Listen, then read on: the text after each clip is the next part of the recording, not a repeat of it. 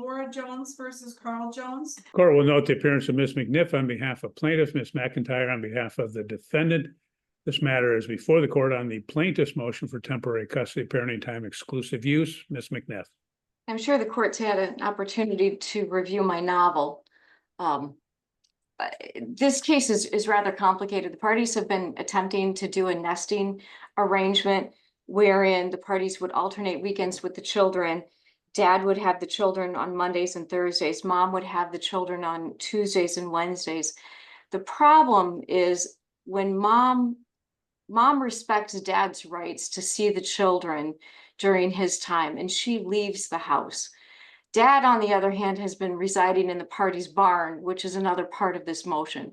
And when it's mom's time with the children, dad is in and out of the house. He's showering, he's doing laundry, he's actively engaging with the children, which is confusing for the children and certainly violates the concept of a nesting arrangement.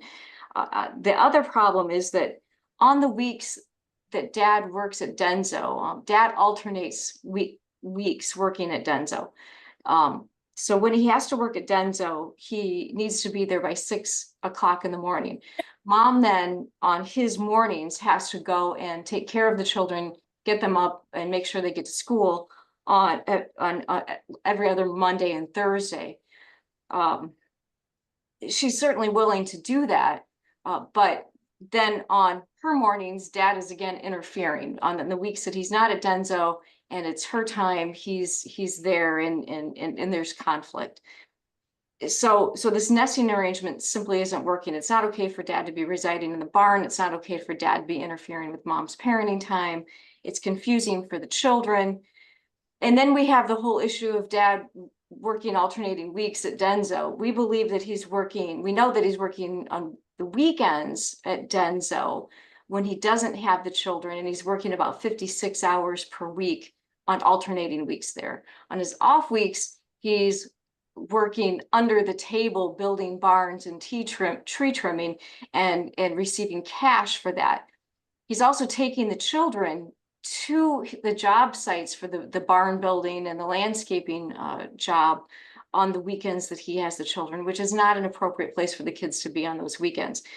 So the issue of support is going to be complicated by the fact that dad has this unconventional way of working and is receiving cash under the table. But we don't feel that it's appropriate that he have the children at the work sites on the weekends. We don't think it's appropriate that he interfere with mom's parenting time. There has been conflict that we mentioned in our motion.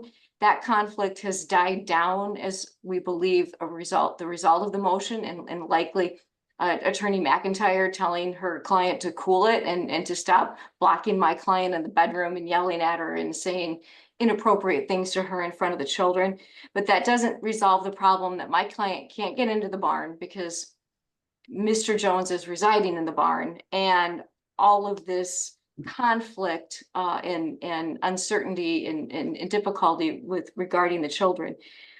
Given that this is rather complicated, Your Honor, it seems to me that this might be a good case for one of those short limited scope evidentiary hearings in order to kind of ferret out the facts for the court to understand the situation more thoroughly. Okay. But we're asking for exclusive use, temporary custody of the children, standard parenting time for dad. We would like him to be prohibited from locking Mrs. Jones out of the barn. She needs to be able to get into the barn to get basic tools for the house. We would like child support perhaps imputed to him at the rate of 56 hours per week at Denso, or if he would be forthcoming with what he's making at with these cash jobs, and then that would work as well. But I understand that given the nature and the length of my motion, again, the evidentiary hearing may be the appropriate resolution. Okay, thank you. Ms. McIntyre, your response. Well, I don't disagree that an evidentiary hearing is needed. Basically, we do disagree with pretty much everything that Attorney McNiff has indicated. My client goes to the barn in order to get away from the wife because she's hounding him. The only time he's locked the barn, he literally set up an air mattress in this barn to sleep to get away from her. She's the instigator. She's the aggressor. She wouldn't even let him get his own phone, which I know is in their motion as well. I think that, you know, neither one of these parties, quite frankly, can afford to move out of the home or get another place. And that's why my client is literally sleeping on the barn floor. But we would just ask that the wife not be allowed to go to the barn during the period of time that my client's there sleeping. Other than that, we don't have any issues with giving her access to the barn. I can't imagine why she would need to get tools in the middle of the night, but she definitely is the instigator here. Okay. Anything else, Ms. McNiff? No, Your Honor. Okay. Well, in this case, again, the parties, it appears that they have attempted at least a nesting situation, and the court would order that that would continue during the times that Ms. McNiff had stated, during the times that each of the parties have the children in their care, that they would have exclusive use of the property, and that means the barn as well. So the defendant can't be in the barn when it's her time to be in the house, and vice versa. Court would also order that any padlocks or anything put on the barn, that would be removed immediately. The court would impute income to the defendant on 40 hours per week for the, again, for all the weeks that, for each and every week.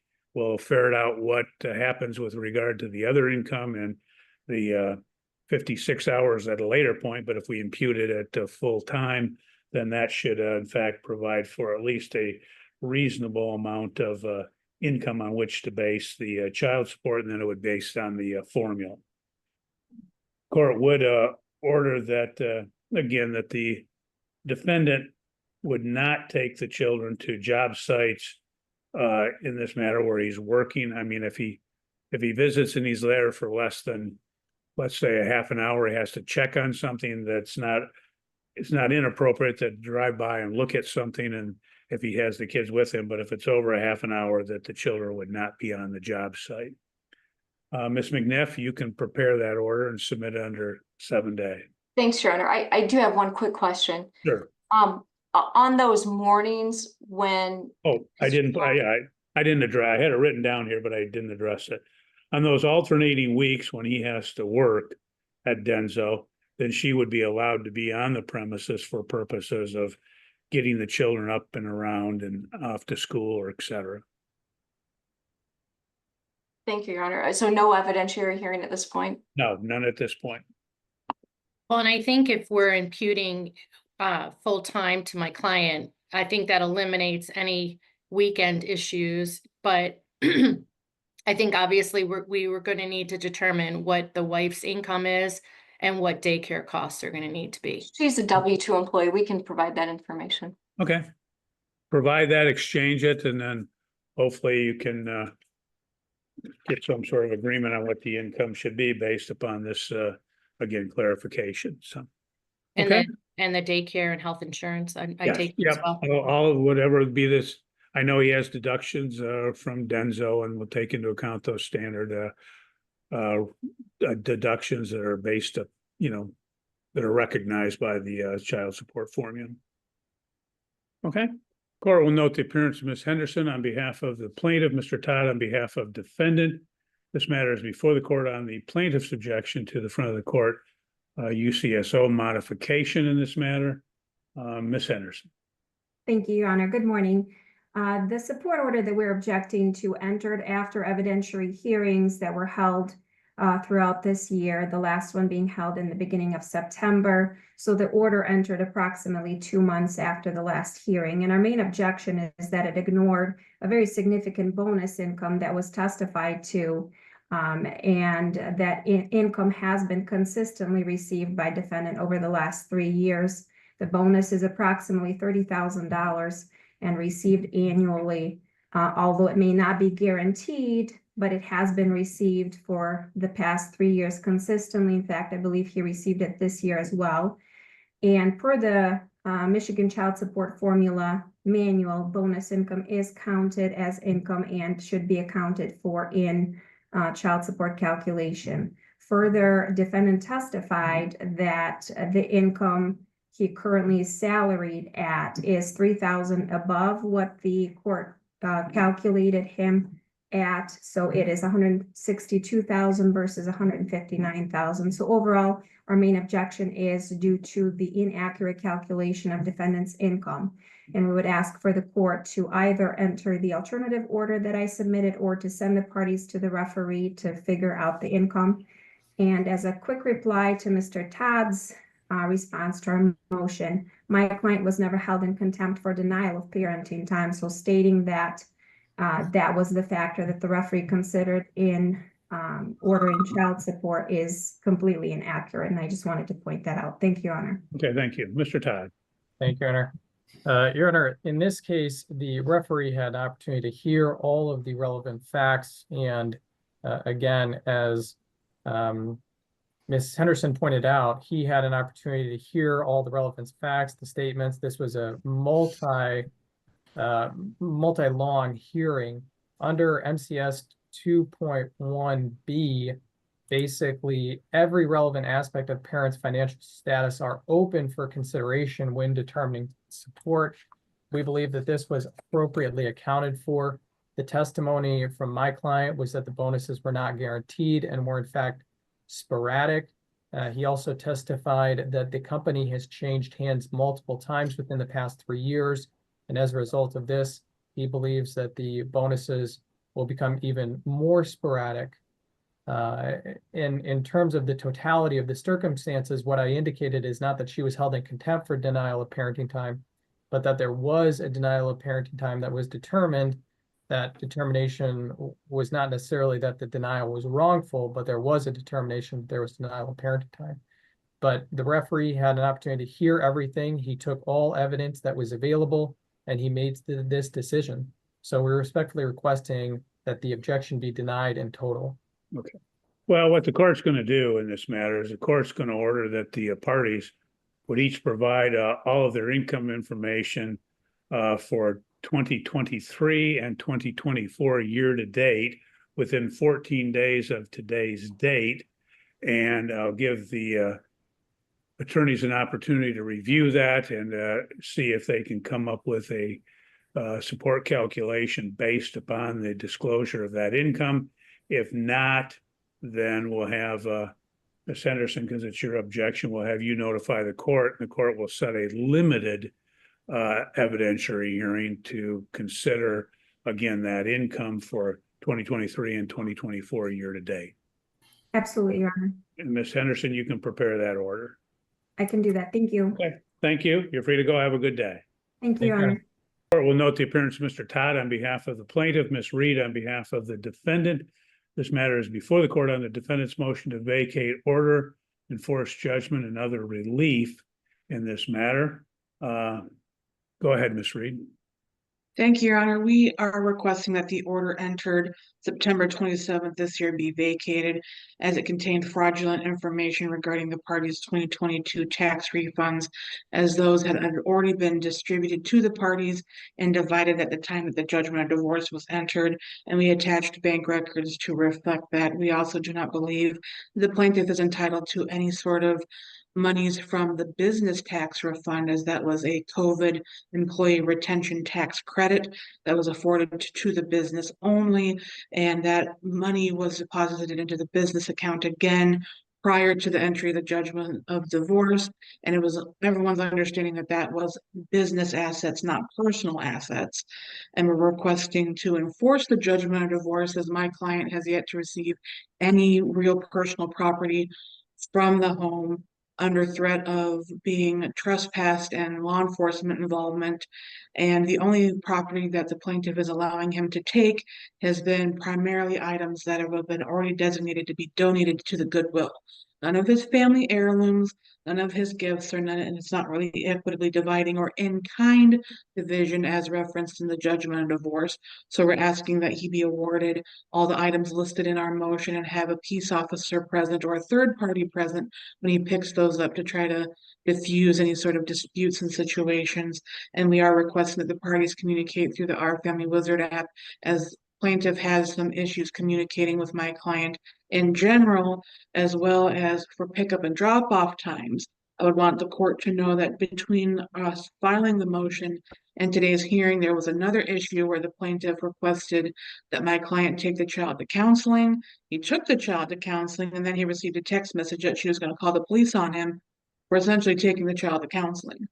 And so we are also asking for attorney's fees of $1,050 for having to bring this motion.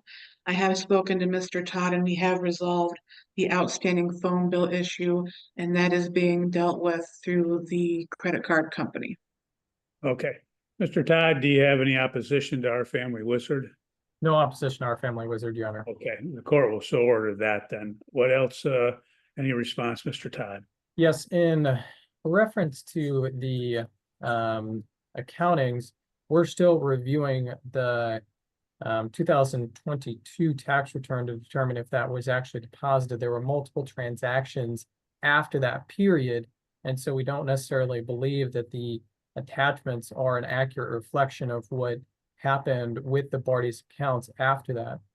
Additionally, in relation to the tax credit refund, the judgment of divorce specifically states that parties will equally split 50% of any tax refunds for any years where their income taxes were jointly filed when the funds are received. The parties always jointly filed personally for the business.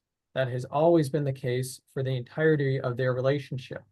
Any indication that this was supposed to go to the business was not indicated. I was present at mediation, and with all due respect, opposing attorney was not, and that was not part of the agreement that the employee tax retention credit would end up being a business asset, and we believe that that's appropriately accounted for in the judgment of divorce.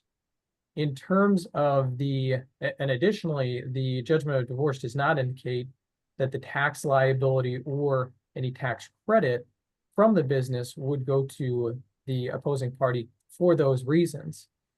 Additionally, in terms of the personal property, my client has indicated multiple times that he can come to the house and pick up the personal property.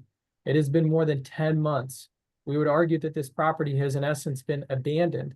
And I have verification and text messages indicating that he has denied the responsibility to come and pick up those personal items. We don't believe it's appropriate for him to simply request X, Y, and Z items and the court to order that.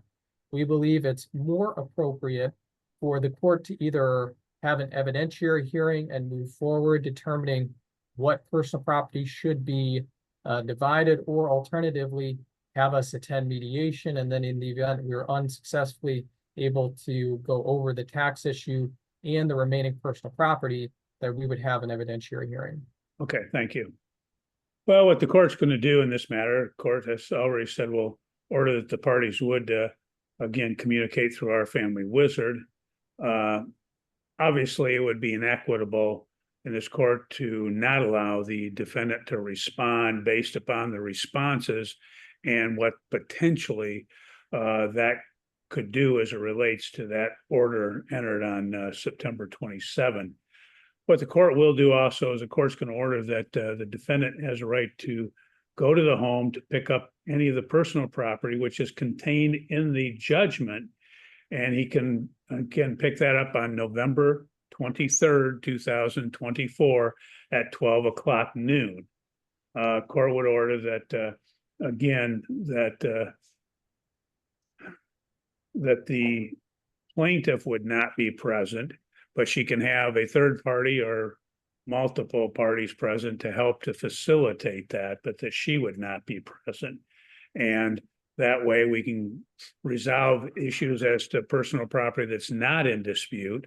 And then anything that is in dispute after that point, we'll address at an evidentiary hearing, as we will the other issues concerning the tax issues and the refunds and that type of thing. So that will be the order of the court. The court does not find any basis at the current time for attorney fees, so I will not order those in this matter.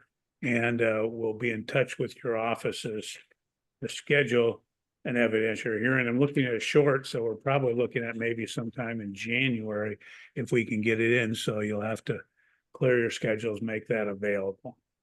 Okay? That will be the order, Ms. Reed. You can make the order. You can submit an order in this matter under 7 days. And Your Honor, as we're going to an evidentiary hearing on disputed personal property, may we have a personal property appraisal by a third party? Why would we need that? We don't even know what property we're dealing with. I don't have the judgment in front of me, so I don't know. What I'm saying is that the judgment would in fact dictate what property the parties are to receive. The problem with the judgment is personal property is listed in an attached exhibit A, and it only says for personal property in kind. It doesn't list personal property. Well, if it doesn't list personal property, then it would remain with the parties that have it in their possession. So what happens, I'm not going to get into an issue that has obviously been resolved in this particular matter after the fact. So again, if there's particular items that are addressed in the judgment, then the defendant would get those particular items. If they're not, then they fall where they're whoever's possession they're in. Okay, that will be the order. Thank you. Court will note the appearance of Ms. Reed on behalf of the plaintiff, Ms. Snyder on behalf of the defendant. This matter is before the court on the defendant's motion to dismiss plaintiff's motion and amended motion to modify child support. Go ahead, Ms. Sidney. Good morning, Your Honor. Just for the record, it's Attorney Ailstock on behalf of the defendant. Okay, it has Sidney on your screen. That's why. Yes, sorry. Oh, Sidney's your first name. I'm sorry. No, not a problem. It's really small. I couldn't see it. No worries, Your Honor. Go ahead. Your Honor, I believe our motion speaks for itself. We're aware that the plaintiff has voluntarily dismissed his motion and amended motion. However, prior to filing our motion to dismiss, we had asked that the motion be withdrawn and did advise that we would be requesting sanctions if it had not been withdrawn. It was not withdrawn at that time. We then spent time and effort preparing our motion to dismiss, filing the same with the court. And so, Your Honor, we're asking that my client be awarded her fees and possible sanctions for the filing of a frivolous motion in this action. She has had to expend roughly $700 in attorney's fees to defend the original action, the amended action, and then for some settlement negotiations after the fact that did not lead to resolution of her requests for attorney's fees and sanctions.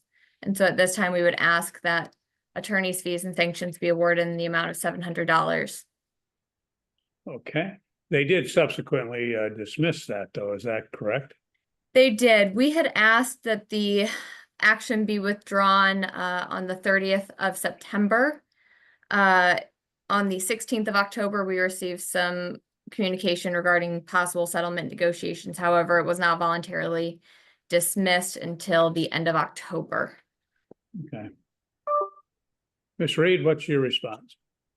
We do not believe that this motion was frivolous, Your Honor, that my client has applied for Social Security disability and child support in this matter is $30 per month. So any award of Social Security and disability, the minor children would be entitled to a benefit from his claim, which would exceed that $30 a month, which is why this motion was filed in the first place.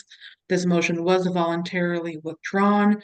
It's my understanding that some discovery requests were issued before a threshold hearing was held, and we believe that that was premature, even though that the court rules allow discovery when the motion is initially filed. So we're requesting, since our motion was already withdrawn, that the request for sanctions and attorney's fees be denied. Okay, thank you. Well, in this case, court will note that obviously we're talking a short period of time, approximately a month, when the plaintiff was notified that they needed to dismiss it. Within a month they did, and there was some discussion in the interim period of time. So that court doesn't find that to be an unreasonable amount of time. And obviously they dismissed it once other information had come to their attention, which is appropriate. So the court doesn't believe that award of attorney fees is appropriate at this time, so the court will not allow that. And Ms. Reed, I'll let you prepare that order and submit under 7-day. Okay. Thank you. You're free to go. Thank Have a you. good day. Brooke Edwards versus Gregory Edwards. Court will note the appearance of Ms. McNiff on behalf of the plaintiff. This matter is before the court on the plaintiff's motion to prohibit contact with Summer McKediak. Ms. McNiff, you can proceed. Your Honor, we outlined our reasons in our motion why we would prefer the children not have contact with Ms. McKediak. She did in 2023 have charges with regard to child abuse. There were 3 charges. One was dismissed, and after successful completion of probation, the other 2 were dismissed. However, there were convictions and there were issues. She has a litany of past convictions in Calhoun County that we listed in our motion, including indecent exposure and assault and many driving with suspended licenses and things like that. We simply don't think that she's an appropriate person to be around the children. The court has previously banned her ex-husband, Mark McKediak, from being in contact with the children, and we think it's appropriate that she also be prohibited. Okay, thank you. Mr. Edwards, what's your response? I have additional CPS reports, reference numbers, and also witnesses that I would like to come forward, but I didn't have enough time to get them in. And I would like to request more time, please. Okay. Well, what the court will do is give you, I'll put this over for 1 week. I'll give you Okay. a week to get the paperwork prepared and submitted to the court, so we have that to review. And then we'll come back next week at the same time at 9:00 a.m. Thank you. Thank Okay. you. Thank you. Jacob Loudon versus Christy Bull with intervening party Michael Austin. Court will note the appearance of Ms. Nickerson on behalf of the intervening parties, as well as Mr. Magnuson on behalf of the front of the court. And any other appearance by counsel? James Owens on behalf of Jacob Loudon, Your Honor, plaintiff. Okay, thank you. This matter is before the court on the intervening parties, request for DNA testing and to revoke the acknowledgement of paternity in this matter. Anything else to add, Ms. Nickerson? No, Your Honor, the only thing I wasn't sure for Calhoun County is if you grant the request for the DNA testing, if it would be both alleged father and acknowledged father who are testing along with Christy and Grayson, and if there is a specific process or agency that Calhoun County uses for the testing. If not, I would probably call the diagnostic center, which I've used in the past. Well, let me ask Mr. Magnuson if we can do that through the front of the court. Is this qualify for handling it that way? In this particular situation, Your Honor, I would think it's appropriate that counsel could arrange for DNA testing. It looks like they're already in the process of doing that. I have no objection to the lab that she's referring to. We're not opposing the motion. We're really essentially not taking any position on it. We'll defer to the court, but I have no objection to, if the court so chooses, to this going forward, counsel arranging for the testing and setting it up and effectuating whatever they think they need to do to prosecute their motion. Well, I guess what I was asking, Mr. Magnuson, is we could do that through the front of the court. Obviously, we can do it at much less, it's much less costly. I didn't know if it qualified for that. It could be done that way, Your Honor. This is a 4D case. It's actually a case that we did. And we do have an identifiable father, biological father. Obviously, he's the one who's bringing this motion. So we could do it that way, Your Honor, if the court pleases. Okay, great. Mr. Owens, anything you'd like to add? We have no objection to the DNA test, Your Honor. I think it would be appropriate considering the overall circumstances here. Obviously, we do oppose the revocation of the paternity or my client's paternity. Well, Just in the best interest, but that's something I guess we can talk about down the road. that's something we'll have to talk about down the road, so.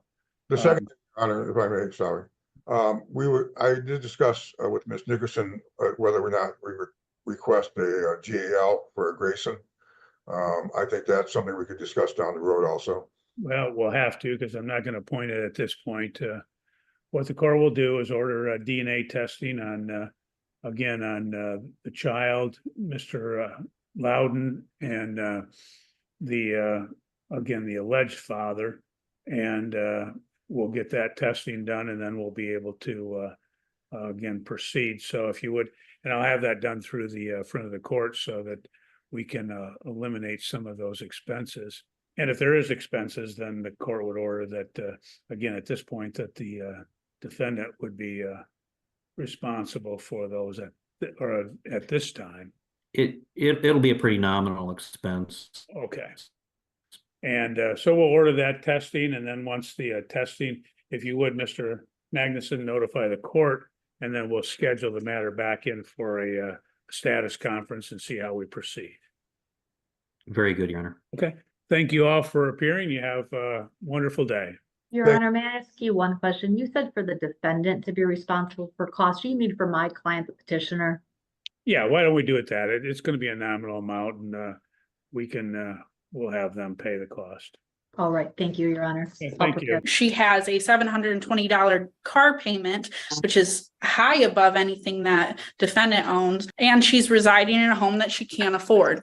She's provided absolutely no proof that she is looking for alternative employment. It seems that she's simply just sitting at home and collecting a paycheck. Plaintiff had an extramarital affair.